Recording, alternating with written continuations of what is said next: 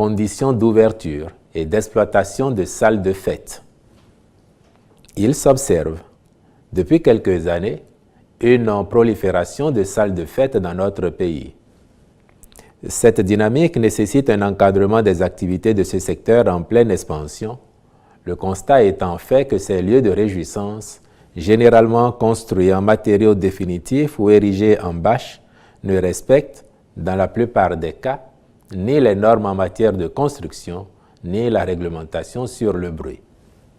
Le présent décret fixe donc les conditions à remplir et les formalités à accomplir en vue de l'obtention de l'autorisation d'ouverture et d'exploitation requise à cette fin. Celle-ci est affichée à l'entrée de la salle de fête. Les salles de fête doivent disposer de parkings dimensionnés en fonction de la capacité d'accueil et remplir les conditions d'hygiène et de salubrité telles que prescrites par les dispositions légales et réglementaires en vigueur sur l'hygiène publique en République du Bénin. Enfin, il est à signaler qu'à compter de la publication de ce test, un moratoire de 12 mois est accordé à tout exploitant d'une salle de fête à titre professionnel déjà en activité pour s'y conformer. En point 3, création du Centre national d'investigation numérique. La nécessité impérieuse de poursuivre la lutte contre la cybercriminalité a conduit à la redéfinition des axes stratégiques implémentés jusqu'ici en vue de consolider les efforts des entités impliquées pour de meilleurs résultats. Cette détermination s'est traduite par le recours à des technologies plus modernes, le renforcement en ressources humaines et la coordination des activités opérationnelles.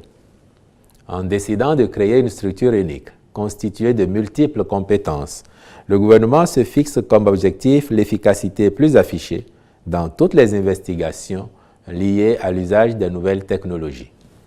Ainsi, le Centre national d'investigation numérique reprendra les attributions de l'Office central de répression de la cybercriminalité et disposera de missions plus élargies, absorbant partiellement celles de l'Agence des systèmes d'information et du numérique ASIN relatifs à la lutte contre la cybercriminalité. Les ministres concernés sont instruits de veiller à l'opérationnalisation diligente de cet organe. Au titre d'autres mesures normatives, ont été adoptés les décrets portant approbation des statuts de l'Agence nationale de normalisation, de métrologie et du contrôle qualité, création de la Société de développement hôtelier du Bénin et approbation de ses statuts, modalités de reversement et de reclassement de 234 fonctionnaires de police dans le corps des officiers de police au grade de commissaire de police stagiaire et commissaire de police de deuxième classe. Transmission à l'Assemblée nationale pour examen et vote du projet de loi de règlement définitif du budget de l'État exercice 2022. Transmission à l'Assemblée nationale pour autorisation d'adhésion de la République du Bénin à la Banque européenne pour la reconstruction et le développement. Le projet de budget du ministère de l'Enseignement supérieur et de la Recherche scientifique, exercice 2024, s'élève à 81 476 997 498 francs CFA contre 85 619 889 000 francs CFA pour l'année 2023. Selon la ministre Eleonore Yaïla-Decan de l'Enseignement supérieur, l'amélioration de la qualité des formations dans les universités constitue une priorité pour le gouvernement du président Patrice Talon. Pour l'année 2024, nous maintenons notre rigueur dans la poursuite des réformes parce que ces réformes se sont montrées salutaires. Nous avons déjà vu les résultats très positifs. D'ailleurs, que les honorables députés, peut-être je reviendrai là-dessus, ont beaucoup apprécié. Nous avons présenté les 4 projets, les 4 programmes, j'allais dire, qui ont été fouettés pour traduire une ambition supérieure. Le projet ou le programme de la recherche a été vraiment musclé, en ce sens que, enfin, nous devons pouvoir dire qu'est-ce que nous comptons faire pour la recherche. Notre ambition, c'est de mettre en place une agence béninoise de la recherche et de l'innovation qui va fédérer les différentes petites structures qui existaient pour aller vraiment aux grands résultats, aux grands problèmes qui se posent à notre communauté, aux populations. On a réussi à tourner la page d'attente longue quant aux allocations. Maintenant, nous comptons poursuivre dans la même dynamique afin que les étudiants puissent avoir leurs allocations à temps. Pour ce qui concerne les œuvres universitaires de façon générale, ils sont nombreux à se demander la question du transport, comment on va faire cela, la question de leur hébergement. Tout cela, on ne les met pas dans les mains de ceux qui ne savent pas trop de quoi on parle. C'est pourquoi le gouvernement a voulu, alors pour l'année 2024, aller vraiment au grand pas pour la question de transfert des œuvres universitaires et sociales. Mais en attendant, les questions essentielles qui peuvent être solutionnées avant d'aller jusqu'à ces réformes seront poursuivies, surtout la question de leur transport. Nous avons mis ça au rendez-vous de 2024. Les députés ont été, on ne peut plus, satisfaits. Ils ont été même au-delà de nous. Ils ont trouvé que nous sommes, entre griffes, peu ambitieux parce qu'ils s'attendent à ce que nous venions avec un montant vraiment un peu plus important. Mais ils savent comment ça se passe. Et ils savent que ça ne se passe pas, il n'appartient pas à un secteur de pouvoir se donner sa part de budget. Ça passe toujours par un certain nombre d'échanges, un certain nombre de régulations et un certain nombre d'organisations de ce qui entre réellement dans la cagnotte de l'État.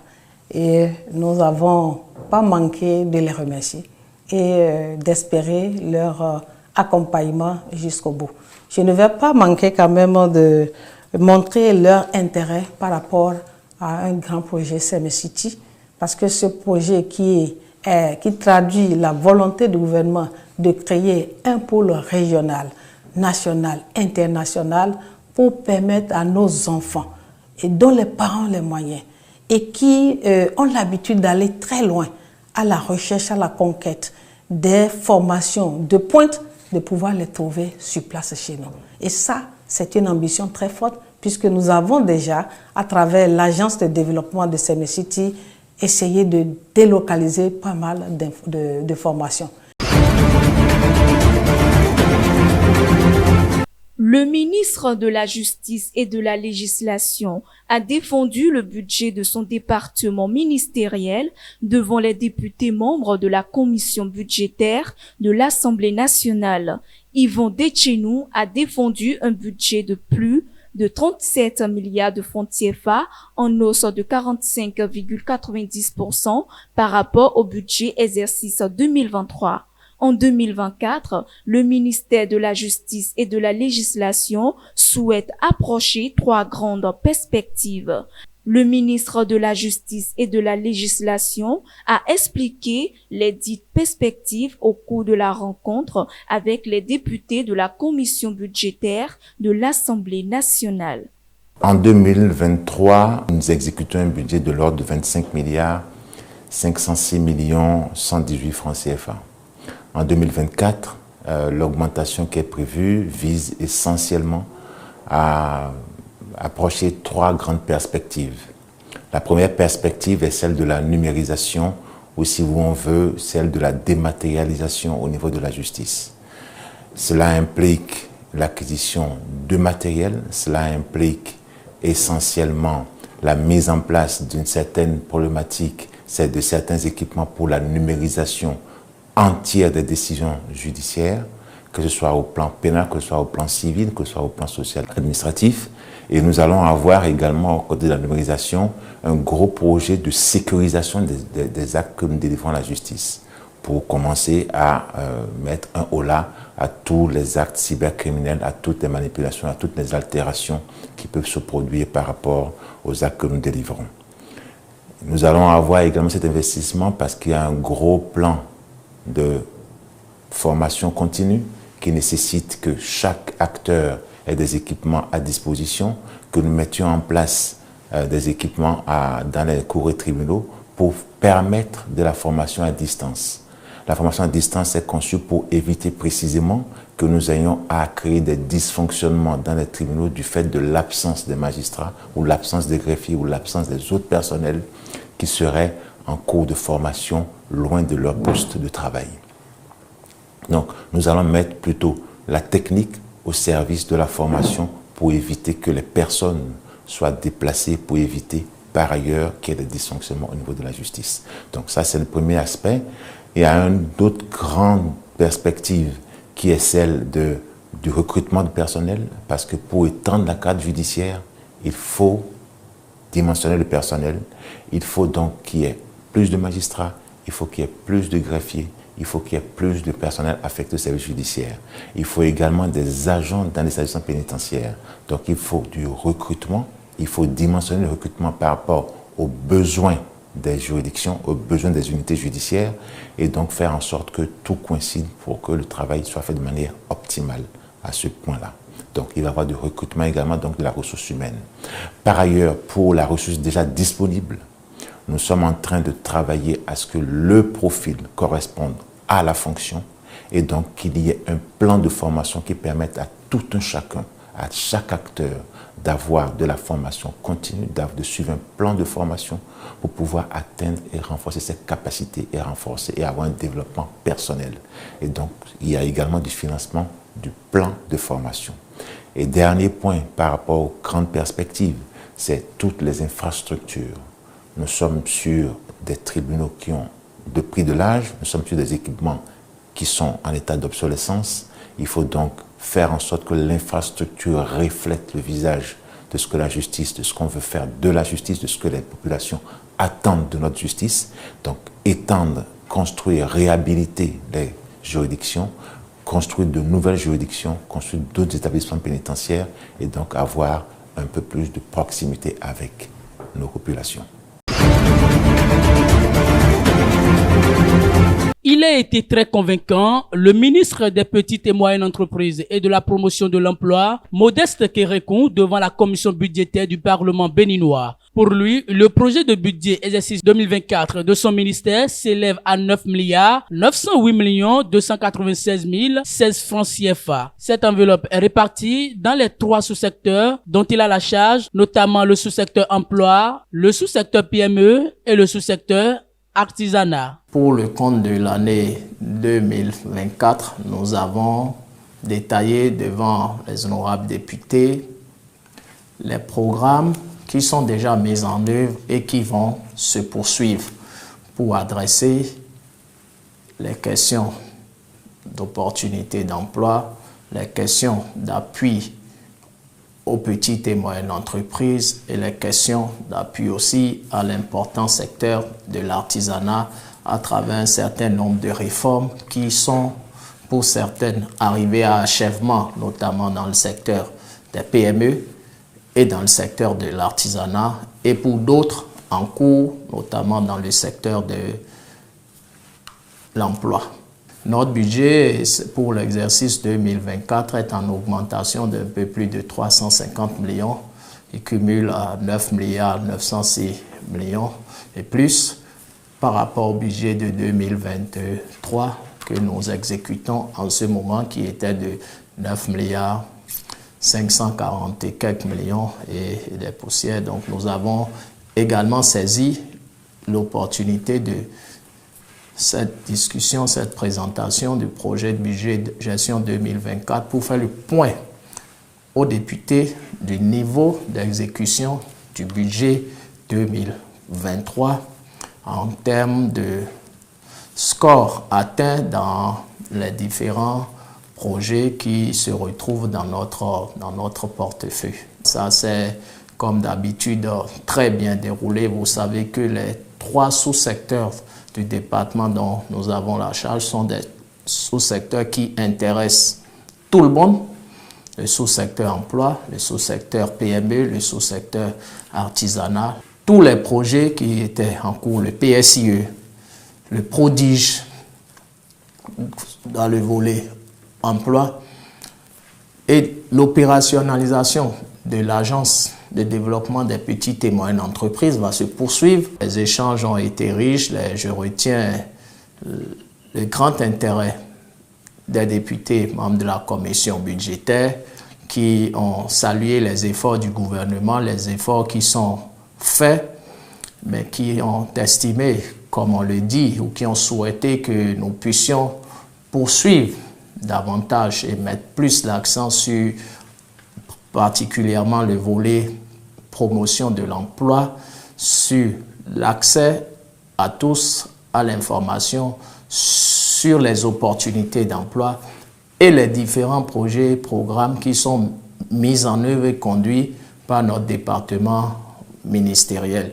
Ils ont mis un accent particulier sur l'épineuse question de la reconversion, notamment des jeunes, ceux qui sont dans des difficultés à s'insérer en raison de l'inadéquation de leurs compétences ou de leurs capacités, de leurs diplômes avec le marché de l'emploi.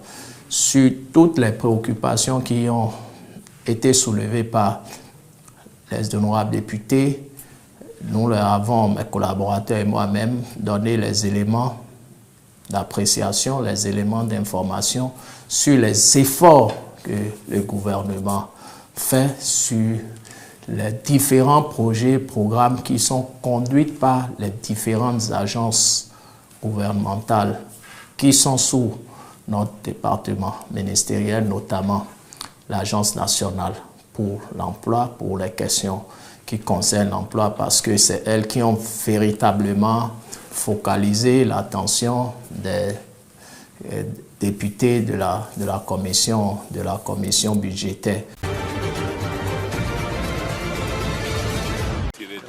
La Cour de justice de la Communauté économique des États de l'Afrique de l'Ouest doit rendre jeudi son jugement concernant le cas de Mohamed Bazoum. L'ancien président nigérien a déposé une plainte auprès de la juridiction de la CEDEAO pour séquestration et détention arbitraire.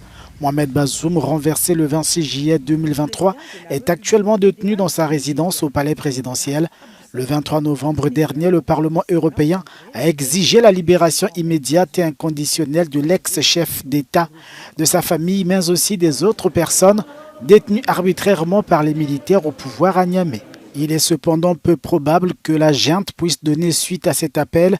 Plusieurs sorties internationales en faveur du détenu ont déjà été ignorées par elle.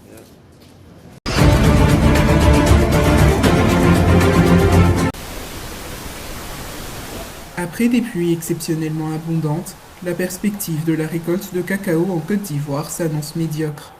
En tant que premier producteur mondial représentant environ 40% de la production globale, le pays fait face à une situation alarmante.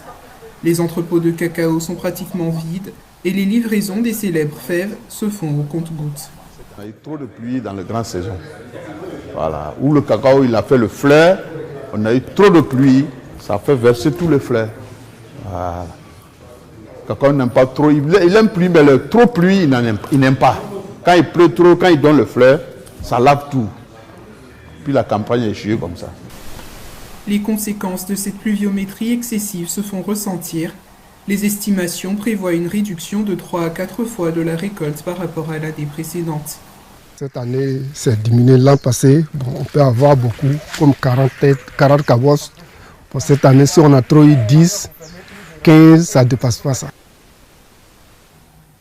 En attendant une éventuelle répétition de ce phénomène la saison prochaine, les producteurs s'inquiètent des répercussions immédiates sur leurs finances.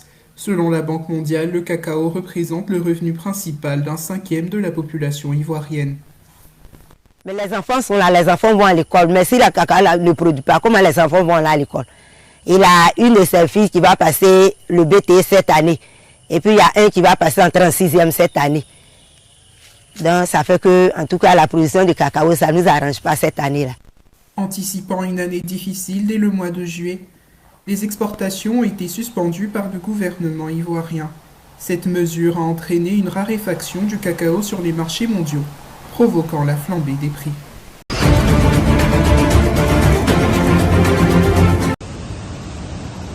Un impressionnant débordement s'est produit dans le barrage d'Akosombo dans la ville de Dawenia, près de Pram-Pram, dans la région du Grand Accra, entraînant une élévation fulgurante du niveau des eaux. Les habitants de Dawenia et de Pram-Pram sont inquiets car les eaux ont atteint le niveau des fenêtres, mettant leur sécurité en danger. Les inondations de mardi ont touché plus de 200 maisons. Je ne sais pas ce qui est arrivé à une femme enceinte et à ses enfants. Je ne les ai pas vus passer. Tous les ans, cela se produit et dure 3 jours. Mais la gravité de l'inondation actuelle est sans précédent. C'est la 3e fois cette année que cela se produit, ce qui met en évidence la nature récurrente du problème.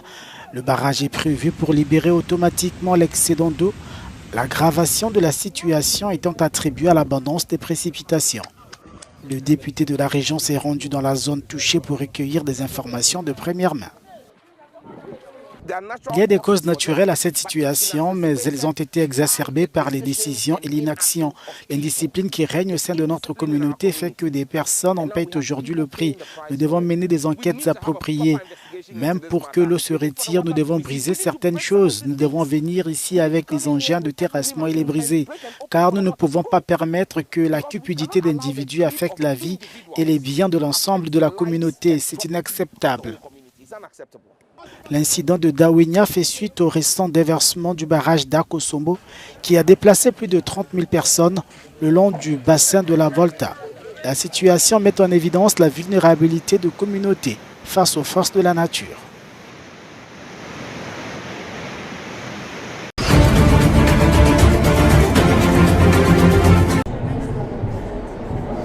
En RDC, l'Union européenne jette l'éponge. Elle a annoncé mercredi l'annulation de sa mission d'observation des élections prévues dans le pays en décembre. Mardi déjà, lui est alerté sur les difficultés pour ses observateurs de se déployer sur l'ensemble du territoire. L'Union européenne invoque des raisons sécuritaires et logistiques, notamment l'absence des équipements de télécommunications essentiels. Nonobstant cette déconvenue, et selon les déclarations de la porte-parole du service diplomatique de l'Union européenne, il est prévu de maintenir une mission d'experts électoraux pour observer le processus depuis Kinshasa. Les électeurs sont appelés aux urnes en République démocratique du Congo le 20 décembre sur fond de conflit armé dans l'Est. Félix Tshisekedi est candidat à sa propre succession. Il a pour adversaire, entre autres, Moïse Katumbi et Martin Fayulu. Cette mission d'observation électorale européenne serait la première en République démocratique du Congo depuis plus de 10 ans.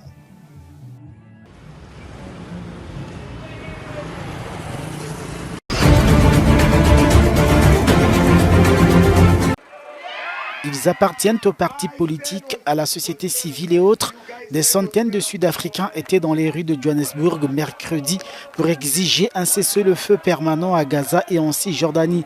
C'était à l'occasion de la Journée internationale de solidarité avec le peuple palestinien. Elle appelle chacun d'entre nous à protester contre toutes les injustices qui se produisent dans le monde, parce que ce qui se passe en Palestine peut arriver à n'importe qui dans le monde. Alors elle appelle chacun d'entre nous à s'opposer à l'injustice. Nous faisons notre devoir d'humanité comme les gens l'ont fait en Afrique du Sud, lorsque nous, les Noirs, avons été opprimés et que les gens se sont montrés solidaires avec nous. Il est impératif de soutenir les cris des peuples opprimés dans le monde. Les députés sud-africains ont appelé la semaine dernière à la rupture des relations avec Israël, appel porté notamment par le parti au pouvoir, l'ANC.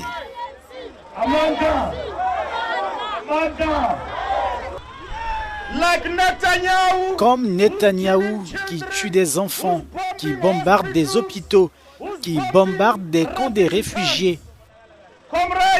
Camarades, nous sommes ici aujourd'hui émus par la camaraderie et l'esprit d'unité qui règne entre nous. En tant que ANC, nous avons dit à notre gouvernement, nous avons rejoint les partis politiques au Parlement appelant à la fermeture de l'ambassade d'Israël. Le président sud-africain a accusé la semaine dernière Israël de crimes de guerre et de génocide à Gaza.